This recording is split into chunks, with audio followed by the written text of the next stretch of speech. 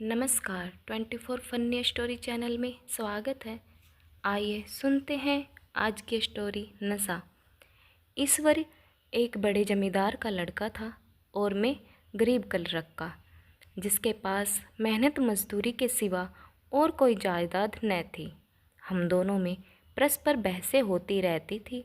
मैं जमींदार की बुराई करता, उन्हें हिंसक पशु और खून चूसने वाली जोक और वृक्षों की चोटी पर फूलने वाला मांझा समझता। मैं जमींदारों का पक्ष लेता, पर स्वभावतः उसका पहलू कुछ कमज़ोर होता था। पास जमींदारों के अनुकूल कोई दलील न थी। वह कहता कि सभी मनुष्य बराबर नहीं होते, छोटे बड़े हमेशा होते रहेंगे। लचर दलील थी। किसी मानवीय या नैतिक नियम से इस व्यवस्था का औचित्य सिद्ध करना कठिन था। मैं इस विवाद कि गर्मी में अक्सर तेज हो जाता है और लगन वाली बात कह जाता, लेकिन ईश्वरी हार कर भी मुस्कुराता रहता है। मैंने उसे कभी गर्म होते नहीं देखा। शायद इसका कारण यह था कि वह अपने पक्ष की कमजोरी समझता था। नौकरों से वह सीधे मुंह बात नहीं करता था। अमीरों में जो एक बेदर्दी और उदंडता होती है, इसमें उसी भी प्रचुर भाग मिला हुआ था।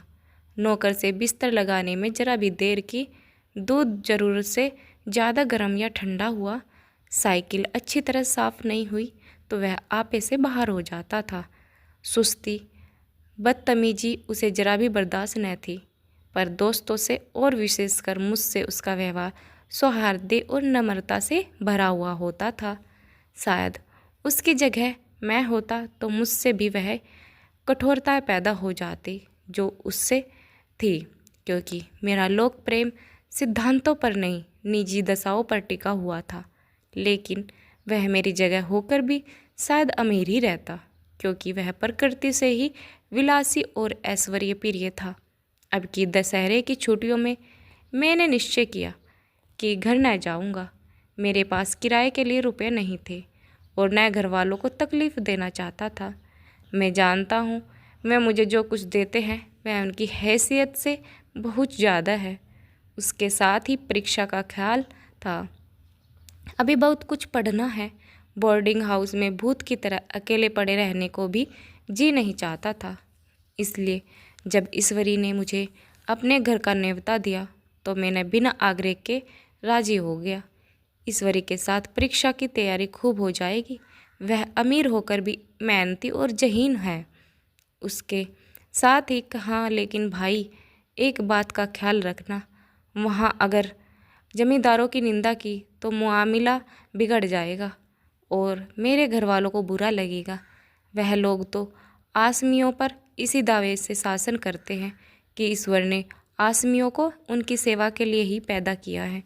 आसमी में कोई मौलिक भेद नहीं है जो जमींदारों का कहीं पता न लगे।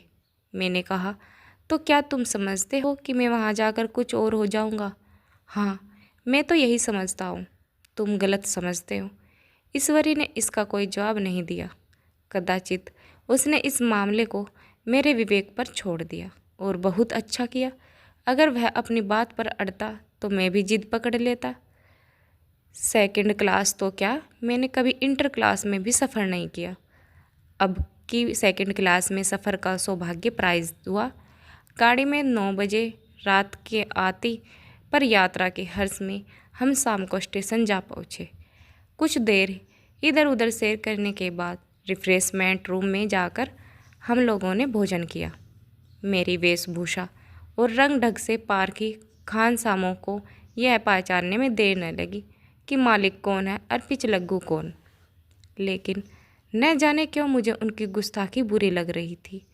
पैसे ईश्वरी की जेब से गए। शायद मेरे पिता को जो वेतन मिलता है उससे ज़्यादा इन खानसामों का इनाम इकराम में मिल जाता हो।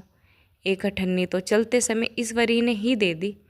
फिर भी उन सभी में से उसी तत्परता और विनय की उपेक्षा करता था जिससे वे ईश्वरी की सेवा कर रहे थे। क्यों ईश्वरी के हुक्म पर सब के सब दौड़ते हैं, लेकिन मैं कोई चीज़ मांगता हूँ तो उतना उत्साह नहीं दिखाते। मुझे भोजन में कुछ स्वाद नहीं मिला। यह भेद मेरे ध्यान को संपूर्ण रूप से अपनी ओर खींचा हुआ था। गाड़ी आई, हम दोनों सवार हुए। खान सामों ने ईश्वरी को सलाम किया, मेरी ओर देखा भी नहीं। ईश्वरी ने कहा, कितने तमीज़दार हैं ये सब, एक हमारे नौकर है कि कोई काम करने का ढंग नहीं। मैंने खट्टे मन से कहा, इसी तरह अगर तुम अपने नौकर को भी 8 आने रोज़ इनाम दिया करोगे तो शायद इनसे ज़्यादा तमीज़दार हो जाएंगे।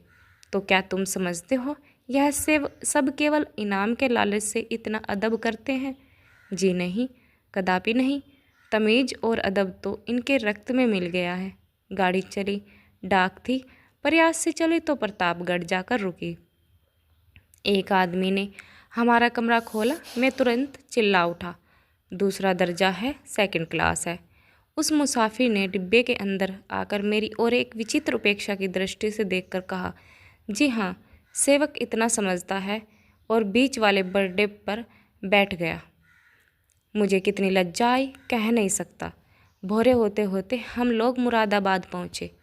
स्टेशन पर कई आदमी हमारा स्वागत करने के लिए खड़े थे। 5 बेगारों ने हमारा लेगेज उठाया। दोनों भरदपुरुष पीछे पीछे चले। एक मुसलमान था, रियासत अली, दूसरा ब्राह्मण था, राम हरक। दोनों ने मेरी ओर परिचित नेत्रों से देखा, मानो कह रहे हैं, तुम कौवे होकर हंस के साथ कैसे? रियासत अली ने ईश्वरी से पूछा, यह बाबू साहब क्या आपके साथ पढ़ते हैं? ईश्वरी ने जवाब दिया, हाँ, साथ भी पढ़ते हैं, साथ रहते भी हैं। यूँ कहिए कि आप ही की बदौलत में इलाहाबाद पढ़ा हुआ, नहीं कब का लखनऊ चला आया होता। अब कि मैं इन्हें घसीट लाया। इनके घर से कई तार आ चुके थे, मगर मैंने इनकारी जवाब दिलवा दिए। आखिरी तार तो अर्जेंट था, जिसकी फीस 4 आने प्रति शब्द है, पर यहाँ से उनका भी जवाब इनकार ही था। दोनों सज्जनों ने मेरी ओर चकित नेत्रों से देखा, आतंकित हो जाने की चेष्टा करने जान पड़े। रियासत अली ने अर्धशंका के स्वर में कहा, लेकिन आप बड़े सादे लिबास में रहते हैं। ईश्वरी ने शंका निवारण की, महात्मा गांधी के भक्त है साहब, खद्दर के सिवा कुछ पहनते ही नहीं, पुराने सारे कपड़े जला डाले। यूँ कहो कि राजा है, 2.5 लाख सालाना की रियासत है, पर आपकी सूरत देखो तो मालूम होता है अभी अनाथ हल्ले से पकड़ के लाए हैं। राम हकर बोले, अमीरों का ऐसा स्वभाव बहुत कम देखने को आता है, कोई भाप भी नहीं सकता। रियासत अली ने समर्थन किया, आपने महाराज चोगली को देखा होता तो दांतों तले उंगली दबाते। एक गाढ़े की मिजाई और चमरोंद जूते पहने बाजारों में घुमा करते थे। सुनते हैं एक बार बेगार में पकड़े गए और उन्हीं के ने 10 लाख से कॉलेज खोल दिया। मैं मन में कटा जा रहा था, पर न जाने क्या बात थी कि यह सफ़ेद झूठ उस वक्त मुझे हास्यपद न जान पड़ा। उसके प्रत्येक वाक्य के साथ मानो मैं उस कल्पित वैभव के समीपतर आता जाता था। मैं सहज सवार नहीं हूँ, हाँ, लड़कपन में कई बार लद्दू घोड़ों पर सवार हुआ हूँ। यहाँ देखो तो कला रोस घोड़े हमारे लिए तैयार खड़े थे। मेरी तो जान ही निकल गई। सवार तो हुआ, पर बेटियों काँप रही थी। मैंने चेहरे पर सिकन न पड़ने दिया, घोड़ों को ईश्वरी के पीछे डाल दिया। खैरियत यह हुई कि ईश्वरी ने घोड़े को तेज न किया, वरना शायद मैं हाथ पांव तुड़वा कर लौटता। संभव है ईश्वरी ने समझ लिया होगा कि यह कितने पानी में है। ईश्वरी का घर आ गया था। किला था इमाम बाड़े का, सा फाटक द्वार पर पहरेदार टहलता हुआ। नौकरों का हिसाब नहीं, एक आदि बंधा हुआ। ईश्वरी ने अपने पिता, चाचा, ताऊ आदि सबसे मेरा परिचय कराया। उसी अतिशोक्ति के साथ ऐसी हवा बांधी कि कुछ न पूछिए। नौकर चाकर ही नहीं, घर के लोग भी मेरा सम्मान करने लगे। देहात के जमींदार, लाखों का मुनाफा, मगर पुलिस कांस्टेबल को अफसर समझने वाले कई महाशय तो मुझे हजूर हजूर कहने लगे। जब जरा एकांत हुआ तो मैंने ईश्वरी से कहा, तुम बड़े शैतान हो यार, मेरी मिट्टी क्यों पलीद कर रहे हो? ईश्वरी ने दृढ़ मुस्कान के साथ कहा, इन गधों के सामने यही चाल जरूरी थी, वरना सीधे मुंह बात नहीं करते। जरा देर के बाद नाई हमारे पांव दबाने आया। कुंवर लोग स्टेशन से आए, थक गए होंगे। ईश्वरी ने मेरी ओर इशारा करके कहा, पहले कुंवर साहब के पांव दबाओ। मैं चारपाई पर लेटा हुआ था। मेरे जीवन में ऐसा ही कभी हुआ होगा कि किसी ने मेरे पाँव दबाए हो। मैं इसे अमीरी के चोचले, रईसों का गधापन और बड़े आदमियों की मुठमर्दी और जाने क्या क्या कहकर ईश्वरी का परिहास किया करता था। और आज मैं पोतड़ों का रईस बनने का संवाग भर रहा था। इतने में 10 बज गए। पुरानी सभ्यता के लोग थे। नई रोशनी अभी केवल पहाड़ की चोटी पर पहुंची। अंदर से भोजन का बुलावा आया। हम स्नान करने चले। मैं हमेशा अपनी धोती खुद छाट लिया करता हूँ, मगर यहाँ मैंने ईश्वर की ही भांति अपनी धोती भी छोड़ दी। अपने हाथों अपनी धोती छाटते शर्म आ रही थी। अंदर भोजन करने चले। हॉस्टल में जूते पहले मेज पर जा डटते थे। यहाँ पाँव धोना आवश्यक था। कहारा पानी ने लिए खड़ा था। ईश्वर ने पाँव बढ़ा दिए। कहारा ने उसके पाँव धोए। मैंने भी पाँव बढ़ा दिए। कहारा ने मेरे पाँव भी धोए। मेरा वह विचार न जाने कहाँ चला गया था। सोचा था वहाँ देहात में एकाग्र होकर खूब पढ़ेंगे, पर यहाँ सारा दिन सैर सपाटे में कट जाता था। कहीं नदी में बजरे पर सैर कर रहे, कहीं मछलियाँ चिड़िया का शिकार खेल रही हैं, कहीं पहलवानों की कुश्ती देख रहे हैं, कहीं शतरंज पर जमे हैं। ईश्वरी खूब अंडे मंगवाता और कमरे में स्टोव पर आमलेट बनते। नौकर का एक जत्था हमेशा घेरे रहता। अपने हाथ पांव हिलाने की कोई ज़रूरत नहीं, केवल जबान हिला देना काफ़ी था। नहाने बैठो तो आदमी नहलाने को हाजिर, लेटो तो आदमी पंखा झेलने को हाजिरी। महात्मा गांधी का कुंवर चेला मशहूर था। भीतर से बाहर तक मेरी थाक थी।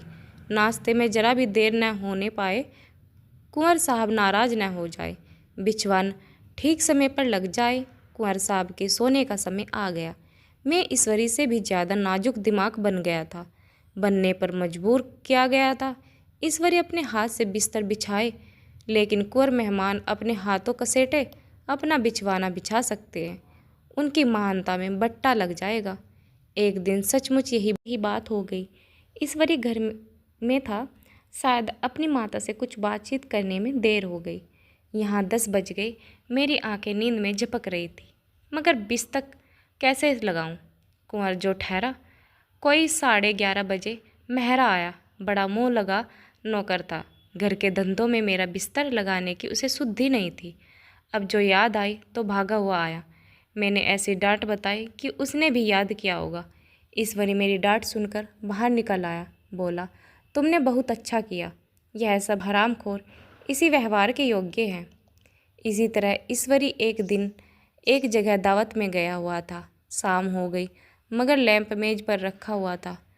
दिया सलाई भी थी, लेकिन ईश्वरी खुद कभी लैंप नहीं जलाता था। फिर कुंवर साहब कैसे जलाए? मैं झुझला रहा था। समाचार पत्र आया रखा हुआ था। जी उधर लगा हुआ था, पर लैंप नदारद। देवयोग में उसी वक्त मुंशी रियासत अली आ गए। मैं उन्हीं पर उबल पड़ा। ऐसी फटकार बताई कि बेचारा उल्लू हो गया।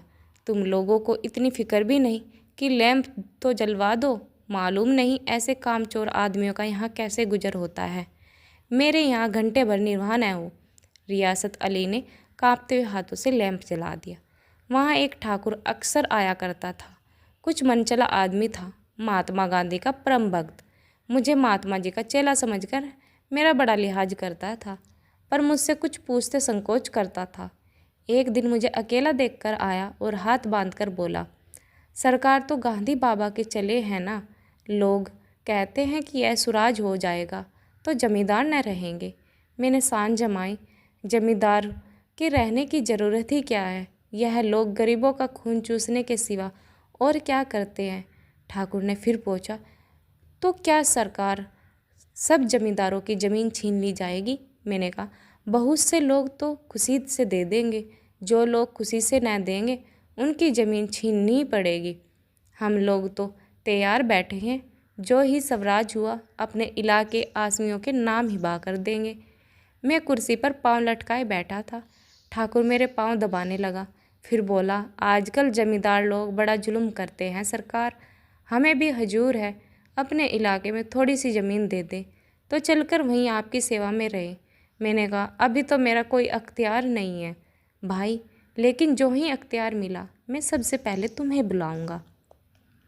तुम्हें मोटर ड्राइवर सिखाकर अपना ड्राइवर बना लूँगा। सुना उस दिन ठाकुर ने खूब भांग पी रखी और अपनी स्त्री को खूब पीटा। गांव महाजन से लड़ने पर तैयार हो गए। छुट्टी इस तरह तमाम हुई और हम फिर प्रयागराज चले गए। गांव के बहुत से लोग हम लोगों को पहुंचाने आए। ठाकुर तो हमारे साथ स्टेशन तक आया। मैंने भी अपना पार्ट खूब सफाई से खेला और अपनी कुबुरोचिता विनय और देवदत्त की मोहर हर के हृदय पर लगा दी। जी तो चाहता था हर के नौकर को अच्छा इनाम दूँ, लेकिन वह सामर्थ्य कहाँ थी। वापस टिकट था, केवल गाड़ी में बैठना था, पर गाड़ी गई तो ठसाठस भरी हुई। दुर्गा पूजा की छुट्टियां भोग कर सभी लोग लौट रहे थे। सेकंड क्लास तिल रखने की जगह नहीं थी। इंटरव्यू क्लास की हालत उससे भी बदतर थी। यह आखिरी गाड़ी थी, किसी तरह रुक न सकते थे। बड़ी मुश्किल से तीसरे दर्जे में जगह मिली। हमारे ऐश्वर्य ने वहाँ अपना रंग जमा लिया, मगर मुझे उसमें बैठना बुरा लग रहा था। आए थे आराम से, लेट लेट कर जा रहे हैं सिकुड़े हुए। पहलू बदलने की भी जगह नहीं थी।